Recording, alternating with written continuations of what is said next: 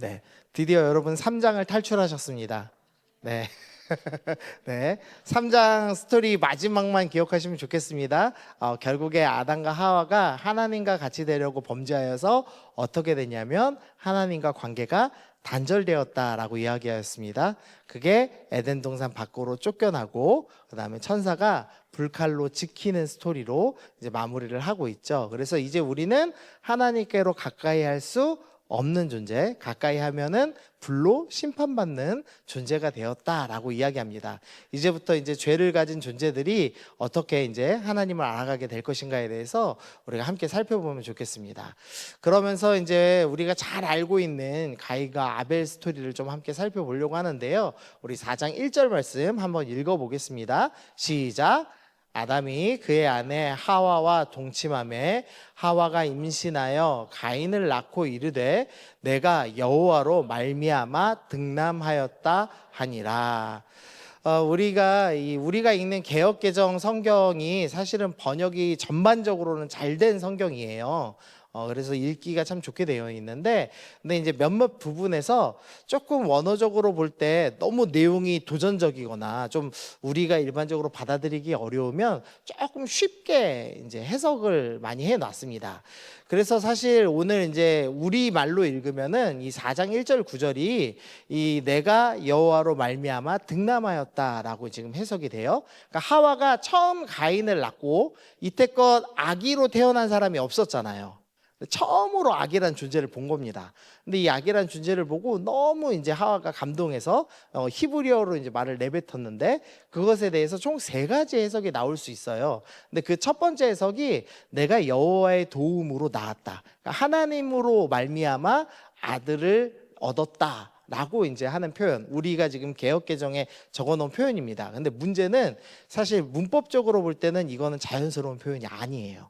그래서 히브리 성경으로 볼 때는 2번이나 3번에 더 가깝습니다. 그러면 이제 원어에 맞게 읽어야 되겠죠? 그러니까 우리는 2번이나 3번 해석을 이제 취해야 돼요. 저는 이제 3번 해석으로 오늘 설교를 드릴 건데요. 2번 해석도 되게 의미가 있습니다. 내가 하나님처럼 창조했다로 해석을 할 수 있습니다. 그러니까 하와가 처음으로 인간이란 존재를 생산해낸 거죠. 그러니까 너무 깜짝 놀란 거예요. 그래서 와, 우리도 하나님처럼 인간을 창조할 수 있네라고 교만하게 이야기하는 것으로 해석도 가능합니다. 근데 저는 이제 3번 해석을 좀 더 선호하는데, 왜냐하면 전반적인 이제 전체 해석, 여자의 후손이라는 해석으로 쭉 이어갈 수 있어서 선호하거든요. 3번 해석은 뭐냐면 내가 한 사람 곧 주를 받았다 라고 해석을 하는 겁니다. 그러니까 이 가인이란 존재를 딱 낳았는데 너무 잘생긴 거예요. 얘가 딱 보자마자 뭔가 할 것처럼 생긴 인물을 딱 낳은 거죠.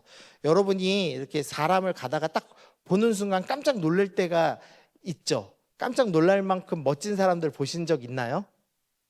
한 번도 못 보셨습니까? 한 명 있습니까? 누구요? 남편? 예? 강동원. 네. 제가 청년들 많이 만나는데 청년들이 간증을 해요. 간증한 두 인물이 있는데, 강동원하고 누구죠? 아니야. 나이 많으신 분. 장동건. 네. 그 두 분에 대해서는 간증을 하더라고요. 제가 원빈님 계신 소초에 제가 같이 있진 않고요. 그분 가시고 한 달 뒤에 제가 갔거든요. 그래서 원빈을 실제로 본 수많은 사람들을 만났는데 모두가 하는 표현이 잘생겼다가 아니에요. 코가 크다예요. 코가 크다, 담배를 많이 핀다. 그게 제일 많았습니다. 그러니까 연예인이 실제로 봐도 TV에서 잘생긴 것처럼 이렇게 감동이 없나 봐요, 생각만큼. 근데 강동원하고 장동건 보신 분들은 뒤에서 빛이 났다라고, 아우라라고 하죠. 그게 이제 느껴졌다고 해요. 그런 분들 종종 있습니다. 제가 일산에서 살았는데 일산은 드라마 촬영이 많아요. 그래서 이제 연예인들 좀 봤거든요. 생각보다 그렇게 잘생기지 않았습니다. 누구죠?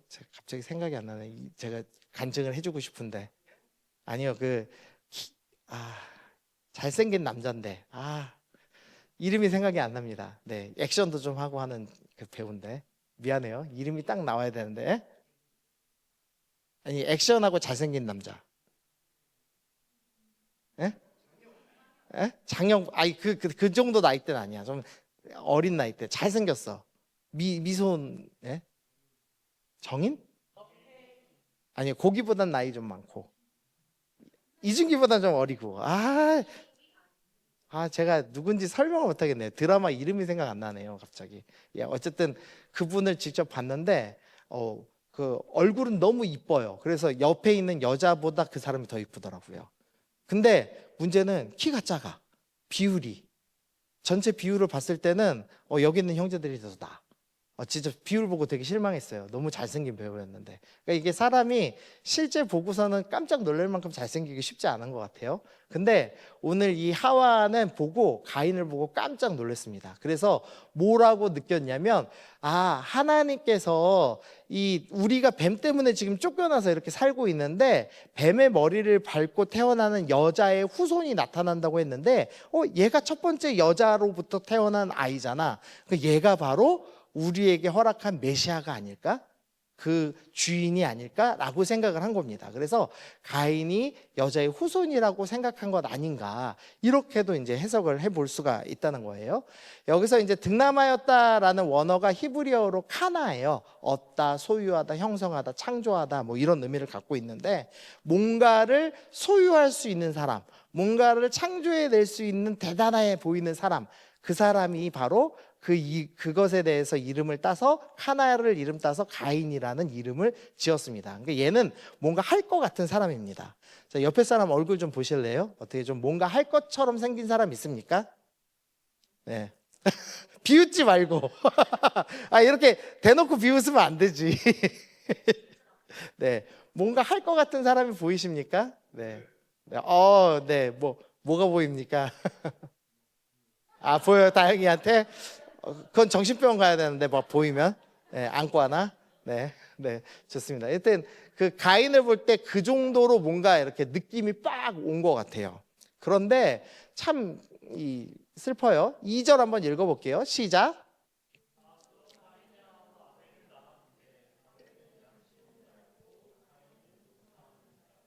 네, 여기 저희 그 카메라 화면 좀 넣어주세요. 네, 온라인을 위해 넣기로 했습니다. 가인의 아우 아벨을 낳았습니다. 근데 아벨의 이름이 뜻이 뭐냐면은요, 안개, 허무, 헛되고 헛되니. 그 전도서에 나오는 헛되고 헛되니 모든 것이 헛되다 말씀 있죠. 그때 나오는 단어가 바로 이 아벨이라는 단어예요. 그러니까 이 아벨이 딱 태어났는데 애가 허무해요. 애 얼굴을 봤는데 허무해지려면 어느 정도로 못생겨야 될까요? 예, 그렇죠. 못생긴 거죠. 보통 못생긴 게 아니고 많이 못생긴 겁니다. 어떻게 옆에 사람 얼굴 보면 좀 아벨 같습니까? 한번 보세요. 네, 아벨이나 진격의 거인이 생각나거나 이제 이러면 문제가 있는 거죠. 근데 가인은 딱 보자마자 얘는 뭔가를 창조하고 뭔가를 얻어낼 수 있어. 저를 비춰주세요. 간 김에. 이렇게 하면은 아무도 못 보잖아. 뭔가 할 수 있는 가인과 같은 자인 줄 알았더니. 네.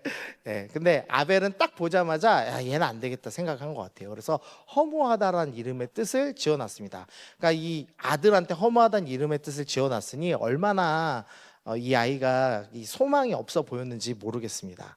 그래서 이렇게 이 두 아들을 얻었습니다. 근데 이 두 아들이 이제 힌트가 있어요. 아벨은 양치는 자였고 가인은 농사하는 자였다라고 돼 있습니다. 자, 답안지를 보지 말고 답해 봅시다.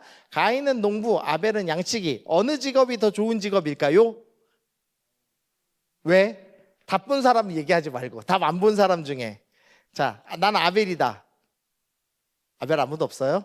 답을 다 봐서? 왜요? 고마워요. 지금 설교를 위해서 희생하고 있어. 자, 왜 아벨 같아요? 이렇게 멋진 사람이 있어. 뭔가 할 걸로 봤잖아, 우리. 네. 그치, 양이 죽지. 어. 네. 좋습니다. 근데 제가 답안지를 써놔서 그렇지 답안지 안 쓰고 자, 농부와 목자 중에 어느 게 더 중요한 직업일까요? 하면은 거의 대부분 목자에서 손들어요, 여러분이. 왜냐하면 여호와는 나의 목자시니, 그 말씀에 여러분이 사로잡혀 있거든요. 다윗도 목자였고 예수님, 우리 주님도 목자신데 목자가 더 중요하지, 이렇게 생각하기 쉽습니다. 그런데 이때 시대 당시를 좀 생각을 해야 돼요. 이때는 이제 고기 먹기 전입니다. 그러니까 이제는 조금 우리랑 가까워졌어요. 아담은 죄 짓기 전이었으니까 우리랑 너무 먼 사람이었는데, 이 사람들은 이제 죄 짓는 사람들인데 아직 고기 먹기 전 사람입니다. 자, 고기 안 드시는 분 없죠?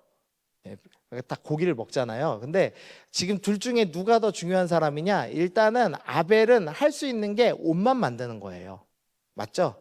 근데 옷이 중요합니까? 먹을 게 중요합니까? 먹을 게 훨씬 중요해요. 그래서 가인이 더 중요한 직업이에요. 또 어느 게 더 좋은 직업이냐? 자, 양치기는 푸른 초장과 쉴만한 물가에 있으니까 편하죠? 자, 푸른 초장의 특징이 뭔지 아십니까? 그늘이 없답니다. 그늘이. 네. 낮에는 뜨거운데 밤에는 추운 데서 사는 게 양치기예요. 목자예요. 그래서 목자는 사실 성경에서도 가장 천한 직업을 의미할 때 쓰는 말입니다. 그래서 목자는 법정에서 법 증언을 할 수가 없어요. 거짓말을 너무 많이 하는 직업이기 때문에 증거로 채택하지 않았습니다. 유대 지역에서 가장 천한 직업이에요. 근데 농부는 뜨거울 때 어떡하죠? 뜨거울 때 들어가서 쉬어요. 농부들은 시원할 때 일합니다. 잠깐. 농부들 사실 특히나 벼농사 하시는 분들은 좀 게을러요. 저희 할아버지가 벼농사 졌는데 낮에 햇볕 뜨거울 때는 집에 와서 TV 보시고, 아침쯤 해 이제 좀 괜찮을 때 그때 잠깐 나가서 논 한번 보고, 그러면서 소 한번 데리고 가서 소 풀이나 좀 먹이고, 그리고 돌아오고 저녁엔 할머니 주시는 반일하고 온 할머니가 주는 밥 먹고 주무시고, 밤에는 농사가 또 할 일이 없거든요. 그래서 생각보다 농사가 저 시대에는 괜찮은 직업입니다. 그래서 가장 중요한 음식을 책임지는 직업, 그러면서도 편한 직업. 그러니까 가인이 사실은 더 좋은 직업이고 아벨은 3D 직업입니다. 그러니까 생긴 것도 허무하게 생긴 애가 직업도 별 볼 일 없는 아이가 된 거죠. 그래서 가인은 뭔가 해낼 것 같은 아이가 더 좋은 직업을 가졌고 아벨은 그렇지 않았다라고 지금 본문이 은근히 지금 얘기하고 있는 겁니다. 그런데 세월이 지난 후에 가인은 땅의 소산을 제물 삼아서 여호와께 드렸고 아벨은 그의 양의 첫 새끼와 기름으로 드렸더니, 지금 아담에게 제사를 배웠습니다. 그리고 이제 가인과 아벨도 하나님께 제사를 드리려고 딱 섰어요. 그런데 여호와께서 아벨과 그의 제물은 받으셨으나 가인과 그의 제물은 받지 않으시는 스토리가 나오는 겁니다. 가인이 뭐든지 다 잘하고 뭐든지 승리하고, 그래서 마치 구세주가 될 것 같은 사람이었고, 그래서 우리 공동체에 먹을 것을 책임지는 가장 중요한 직책을 가진 사람이었는데, 정작 예배 드리는 때가 되자 가인은 실패하고 아벨의 볼품없고 허무했던 그 아벨의 제사를 받으시는 스토리가 나오고 있는 거죠. 이 본문을 두고 먼저 오해 하나만 좀 제거할게요. 재물 문제라고 생각하시는 분들이 있어요. 왜냐하면은 가인은 땅의 소산을 드렸고 아벨은 양의 첫 새끼와 기름을 드렸는데 제사는 피로 드리는 게 진짜지, 이제 이렇게 생각하거든요. 그래서 가인은 피로 제사를 드리지 않았기 때문에 하나님께서 안 받으신 것이다, 이제 이렇게 오해하곤 합니다. 그러나 이 제사의 율법은 가인과 아벨에게서 수천 년 뒤에 정해지는 율법이죠. 그러니까 일단 이 율법을 여기다 적용하면 안 돼요. 그리고 두 번째, 곡식으로 드리는 제사가 있을까요? 없을까요? 있습니다. 소제라고 부르는 제사가 분명히 존재합니다. 그리고 시대적으로도 지금 고기를 안 먹는 시대이기 때문에 땅의 소산이 중요한가요? 고기가 중요한가요? 고기는 안 먹는 거예요. 쓸모없는 거. 그러니까 땅의 소산이 훨씬 더 좋은 것을 드린 거죠. 그럼에도 불구하고 하나님께서 아벨의 제사를 받으셨습니다. 그래서 재물의 문제로 해석을 하면 안 됩니다. 그럼 뭐가 문제였냐? 히브리서 11장 4절에는 분명히 그 답이 나오는데, 믿음으로 아벨은 가인보다 더 나은 제사를 드렸다라고 되어 있습니다. 아벨은 하나님께 믿음으로 제사를 드렸고 가인은 믿음으로 제사 드리지 않았다는 겁니다. 그래서 본문 스토리 전체 보고 좀 추측을 해본다면 이런 것 같아요. 가인은 자기가 뭔가를 소유하고 만들어낼 수 있는 위대한 인물로 이렇게 주목받았습니다. 그래서 내가 뭐 그 정도 뭐 그까짓 거 예배 뭐 드려주지 뭐 이러면서 이제 교만하게 드렸던 것 같아요. 그러니까 하나님을 향한 마음이 아니라 자기를 충족시키고 싶은 마음이 있었던 것 같습니다. 그런데 아벨은 직업도 볼품없고 생긴 건 더 볼품없죠. 그런데 나같이 볼품없는 존재의 예배를 하나님이 받으시는 거예요. 거기다가 우리 엄마 아빠한테 얘기했던 여자의 후손, 그 구원자가 언젠가 이 볼품없는 존재도 구원하실 거라는 걸 믿었던 것 같습니다. 그래서 그 믿음으로 드린 제사를 하나님께서는 기뻐 받으시는 스토리가 오늘 본문에 나오고 있는 겁니다. 우리 사무엘상 16장 7절 한번 읽어보겠습니다. 시작. 여호와께서 사무엘에게 이르시되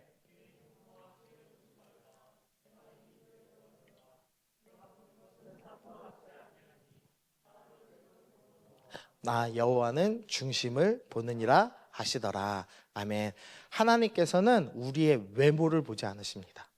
여러분이 잘생겼다고 해서 하나님이 여러분의 제사를 받으시거나 여러분의 직업이 괜찮아서 주님이 그 직업 보고 영광 받으신다거나 그런 거 아닙니다. 아멘.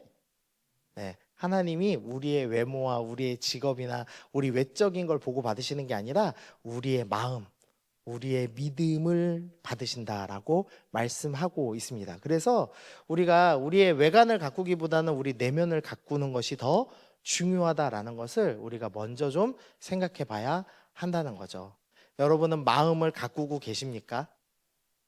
스펙은 정말 잘 쌓고 있는데 마음의 스펙은 쌓고 계십니까? 이렇게 침묵하면 제가 정죄하는 분위기가 돼요. 자, 네. 쌓으셔야 합니다. 아멘. 네, 여러분이 가인처럼 뭐 할 것 같은 그럴싸한 인물이 되지 마시고 정말 하나님께 바르게 예배드리는 아벨이 되셨으면 좋겠습니다. 자, 어쨌든 요건 이제 넘어가고 가인과 아벨에 대해서 가인과 하나님에 대해서 좀 살펴보죠.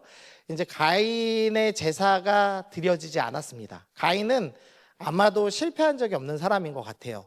예배 실패했다고 이 사람이 싹 변합니다. 우리 5절 6절 읽어봅시다. 시작. 가인이 몹시 분하여 안색이 변하니 여호와께서 가인에게 이르시되 내가 분함이 어찌 됨이며 안색이 변함은 어찌 됨이냐. 이 가인이 예배 한번 실패했습니다.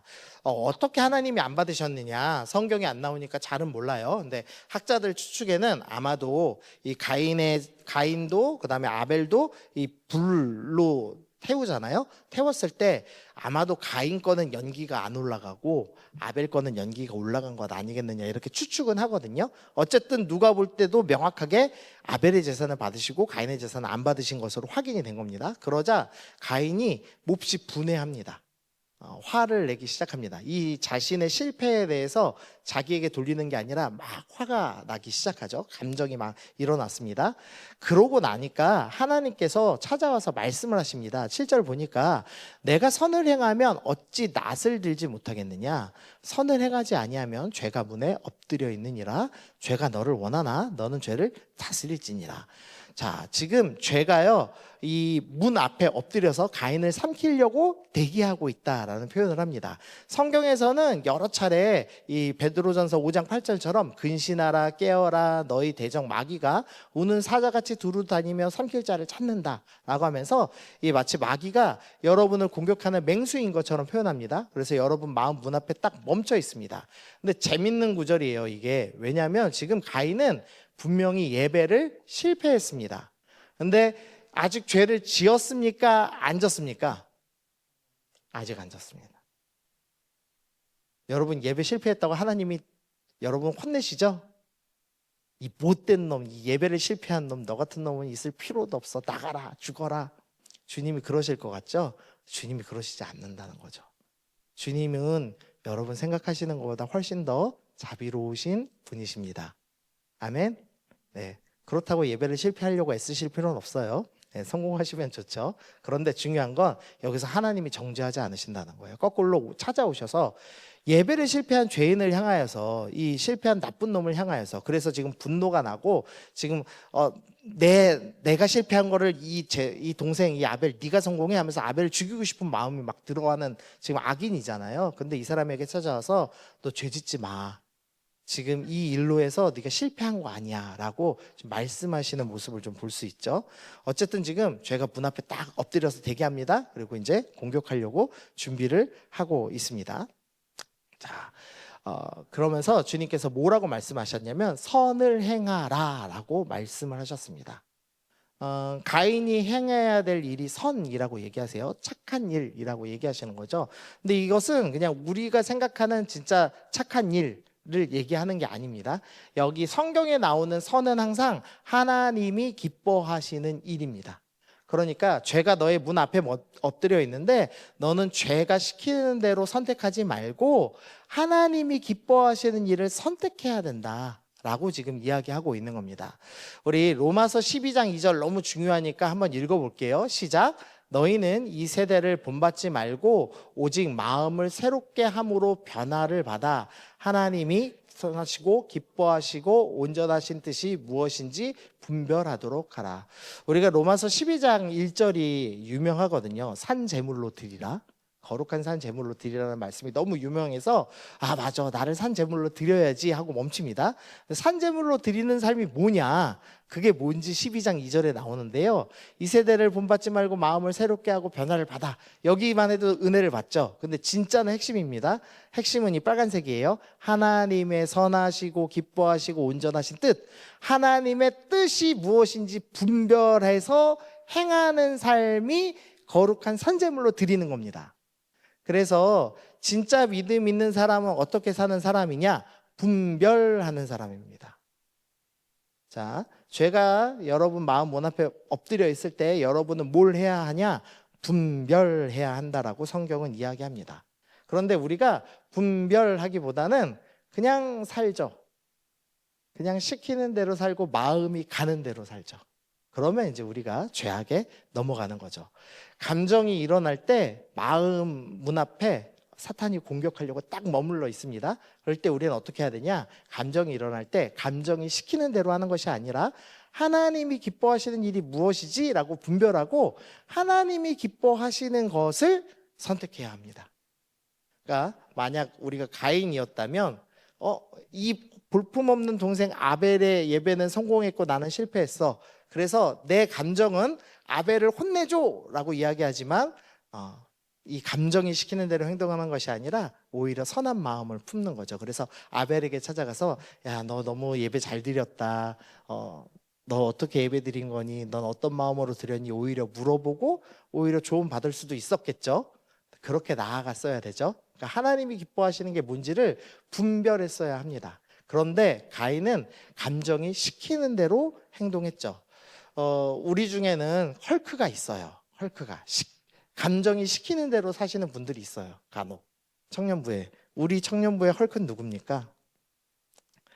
오직 감정대로 움직이는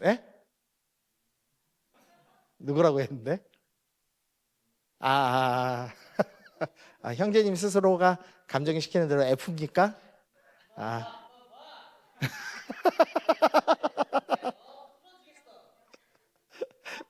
F들이 좀 있어요. 네, F들이 감정대로 따라가지 않고 믿음으로 순종해야 됩니다. 그럼 T는 감정이 없습니까?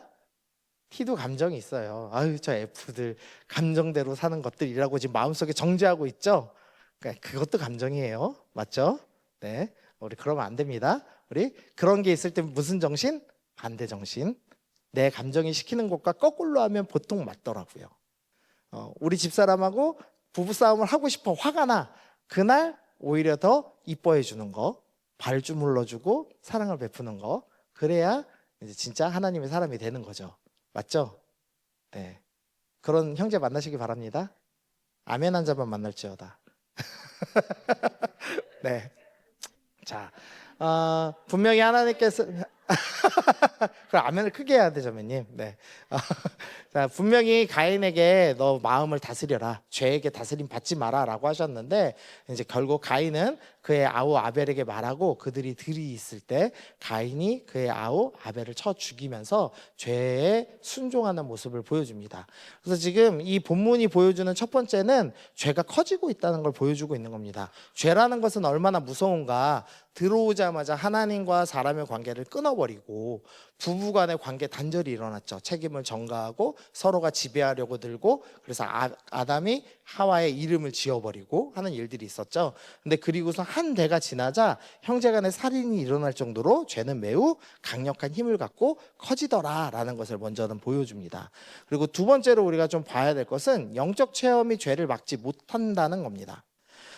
이 일에서 지금 가인과 아벨이 뭐 때문에 싸움이 났냐? 예배 때문에 싸움이 났습니다. 가인이 예배를 실패한 후 심지어는 죄 짓기 전에 하나님과 대화도 했습니다. 그럼에도 불구하고 그 체험이 가인을 바꾸지 못했다라는 것을 좀 기억하셔야 돼요. 우리가 뜨거운 영적 체험하면 뭔가 해결된다라는 착각을 합니다. 그러니까 이 무협지 보신 적 있습니까? 삼류 무협지는 꼭 이렇게 기이한 인연이 나옵니다. 어떤 산에 가는데 무슨 이렇게 수염이 긴 신선을 만나서 우연히 삼갑자 되는 내공을 전수해 준다든지, 아니면 벼락에 딱 떨어졌는데 하필 그 벼락 맨 끝쪽에 물이 있고 물에 쑥 빠졌다가 나오는데 천년묵은 독이 있는 독 두꺼비의 독을 먹고 만독 불침이 된다든지, 이런 이제 기연이 꼭 있습니다. 근데 우리가 그런 걸 꿈꿔요. 여러분들 중에 그런 거 꿈꾸는 분 있잖아요. 어느 날 특별한 은혜를 받아서 수련회 집회에 갔는데 아주 영험하신 목사님을 만나서 그분의 말씀을 듣고 기도를 했더니 갑자기 불이 붙는 것 같이 뜨거워지면서 성령 충만한 사람이 되었다. 그런 거 꿈꾸시잖아요. 영적 체험을 꿈꾸죠. 우리가 예배 드리면 예배에 놀라운 그 거룩한 에너지가 뿜뿜뿜 뿜어져 나와서 내 마음의 악한 기운을 죽일까요? 여러분, 이재한 목사의 이 거룩한 지금 에너지가 여러분의 마음에 지금 선하게 막 이렇게 정화작용을 일으키고 있습니까? 우리 자꾸 그렇게 생각하거든요. 예배를 에너지로 생각해요. 그래서 예배를 드리면 그래도 조금 뭔가는 정화됐겠지? 이렇게 생각합니다. 그런데 가인은 예배 드리고 나서 살인했고요. 하나님 만나고 살인했어요. 영적인 체험이 여러분을 바꾸지 못한다라는 것을 좀 기억할 필요가 있습니다. 좀 더 정확히 얘기하면 외면의 행동이 여러분을 바꾸지 못한다는 거죠. 하나님 만났어, 예배 나왔어, 그 자체로 뭔가 변화가 일어나지 않는다는 거죠. 그래서 예배는 은혜의 통로도 될 수 있고 죄의 통로도 될 수 있어요. 무슨 소리냐? 마가복음 7장 15절, 사람 안에 나오는 것이 사람을 더럽게 하느니라. 우리 마음 안에 있는 것이 우리의 신앙을 결정합니다. 내 외적인 예배 행동이 나를 변화시키는 것 아니에요. 신비한 체험이 나를 변화시키는 건 아닙니다. 내 마음에 있는 것이 나를 결정하더라는 거죠. 그래서 제가 좋아하는 말인데요. 겉면 포장 기술자가 되지 말고 내면을 가꿔야 됩니다. 신앙인들 중에 아주 거룩한 척을 잘하는 사람들이 있습니다. 거룩한 척 잘하는 사람들이 있어요. 넥타이 메고 다니고요. 십자가 메고 다니는 사람이 하나 있어서 내가 정죄하는 거 아니에요, 형제님. 형제님을 의도한 게 아닙니다. DTS 받은 친구들이 십자가를 메거든요. 졸업장 대신 십자가를 줘요. 그럼 꼭 그 DTS 졸업했다고 티내려고 십자가 메고 다니거든요. 그래서 제가 형제님한테 물어봤어. DTS 받아서 그런 거냐고. 그건 아니에요. 그냥 순수하게 신앙 표현하고 싶어서 다니는 거예요. 그건 괜찮아요. 예? 거룩한 척 하려고 하면 내는 건 아니니까. 뭘 그렇게 뚫어지게 봐요. 둘이 서로 지금 한 방씩. 네. 근데 뭐 이 겉면을 자꾸 거룩하게 포장하려는 시도를 합니다. 그러면 문제가 생겨요. 우리는 겉면을 포장하는 게 아니라 내면을 가꾸는 사람이 되어야 합니다. 그래서 하나님의 말씀대로 죄를 다스려야 합니다. 하나님께서는 우리에게 창세기 1장 28절에서 모든 것을 다스리라라고 명령하셨죠.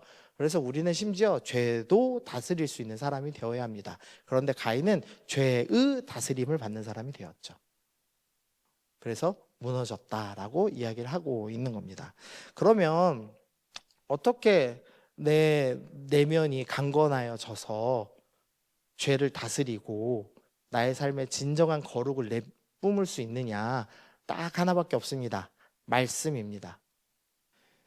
여러분들에게 아주 놀라운 장면을 봅니다. 청년들이 예수님 잘 믿고 싶다고 하면서 말씀을 한 자도 안 읽으면서 예수님을 잘 믿고 싶고 거룩하게 살고 싶고 예배에 성공하고 싶고 하나님을 더욱더 사랑하고 싶다고 얘기하는 사람들이 있습니다. 말씀 한 자도 안 읽으면서 밥을 한 끼도 안 먹으면서 살찌고 싶어요라고 얘기하는 거랑 똑같아요. 여러분은 말씀을 읽지 않고 절대 거룩해질 수 없을 겁니다. 제가 자신 있게 얘기할 수 있어요. 제가 예수전도단 왜 그만뒀는지 말씀 아직 안 드렸죠. 그 예수전도단에 있으면서 제가 수천 명의 학생들을 봤어요. 제가 예수전도단에 12년 6개월 있었거든요. 그러니까 얼마나 많은 이 청년들을 봤겠어요. 그 중에 대단한 청년들을 많이 봤죠. 그런데 엄청난 훈련을 받고도 시간 지나면 아이들이 사회에 나가니까 그 열심히 있던 뭐 아프리카에 선교를 가겠다고 얘기했던 그 열정 있던 사람, 유명한 사람, 선교는커녕 교회도 똑바로 못 나가더라고요. 이유가 뭐지? 이유가 뭐지? 계속 이제 반복해서 살펴봤습니다. 결론. 말씀 읽고 묵상 안 하는 친구들은 세상 나가서 승리하지 못해요. 그래서 제가 선교단체 훈련이 중요한 게 아니구나. 말씀을 바르게 알고 배우는 게 훨씬 중요하구나. 그래서 제가 이 10년 넘는 선교단체 사역을 이제 접고 신학교에 들어가게 된 계기예요.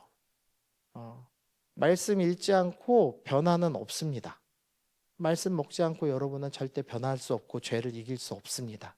그래서 말씀을 읽으셔야 돼요. 그래서 저거 읽기표도 만들고 앱도 만들어 드렸잖아요. 참 이게 못된 목사가 만들어서 여러분이 읽는지 안 읽는지 확인을 할 수 있게 만들어 놓은 바람에 여러분이 날마다 정죄감이 드실 것 같아요. 정죄해서 미안해요. 근데 좀 읽을 필요가 있어요. 여러분 읽으라고 쉬운 버전 만들어 놓은 거 아시죠? 네.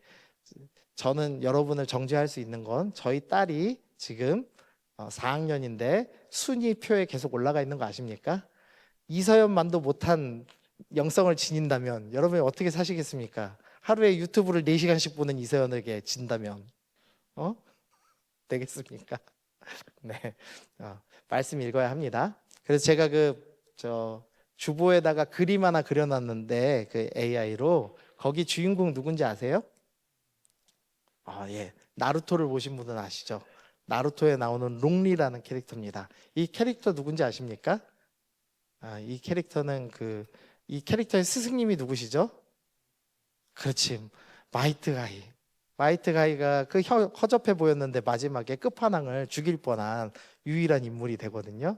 근데 이 롱리는 타고난 차크라가 없어요. 전문 용어 써서 미안한데 내공이 없어요. 그래서 이 도수를 부리려면은 이 내공이라고 표현했나? 이 에너지가 좀 있어야 됩니다. 그걸 차크라라고 표현하거든요. 근데 걔는 타고나게 이 내공을 못 모으는 몸으로 태어났어요. 그래서 차크라가 안 모입니다. 근데 얘는 너무 닌자가 되고 싶은 거예요. 그래갖고 어떻게 하냐? 그때부터 몸을 단련해서, 그러니까 이렇게 마법으로 쏘는 것보다 빨리 달리면 되지 해갖고 미친 듯이 이렇게 몸으로 수련하는 캐릭터거든요. 그래서 나중에 꽤 괜찮은 닌자가 되는 걸로 나오거든요. 저는 그 캐릭터를 보면서 감동을 받았어요. 그래, 내가 아벨처럼 좀 못나 보일지라도, 제가 선교단체 있을 때 저희 선배들이 저를 못나게 봐서 리더 안 시키려고 엄청 했었거든요. 제가 좀 못나 보였나 봐요. 찬양인도도 되게 못한다고 좀 구박 많이 받았어요. 지금은 좀 괜찮게 하는 것 같은데, 맞죠? 네. 그때 참 구박 많이 받았어요. 근데 하나님 앞에 꾸준히 머물러 있고 붙어 있으니까 되더라고요. 그러니까 우리가 끈덕지게 붙어 있는 게 중요합니다. 노력이라고 하죠. 근데 엄청난 노력 필요한 거 아니에요. 매일 말씀 보는 거, 매일 기도하는 거, 길게 하는 거 원하는 거 아닙니다. 매일 하나님 앞에 머물러 있으라고 애쓰는 거. 그리고 죄가 내 문 앞에 엎드려 있을 때 죄에게 굴복하지 않으려고 애써 보는 거. 그게 여러분의 삶을 바꿔낼 겁니다. 아멘. 자, 기회를 주시는 하나님께서 지금 예배를 실패한 자에게 기회를 주셨습니다. 그래서 가인은 아벨에게 집중하지 않고 하나님을 바라봤어야 됩니다. 그런데 이제 실패하시죠. 욥의 예를 좀 드릴게요. 욥이 지금 30장에서 욥이 지금 이야기합니다.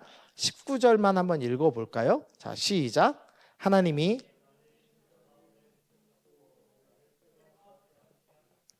네, 이 거룩한 욥이 하나님을 향해서 당신이 나를 진흙 가운데 던졌습니다.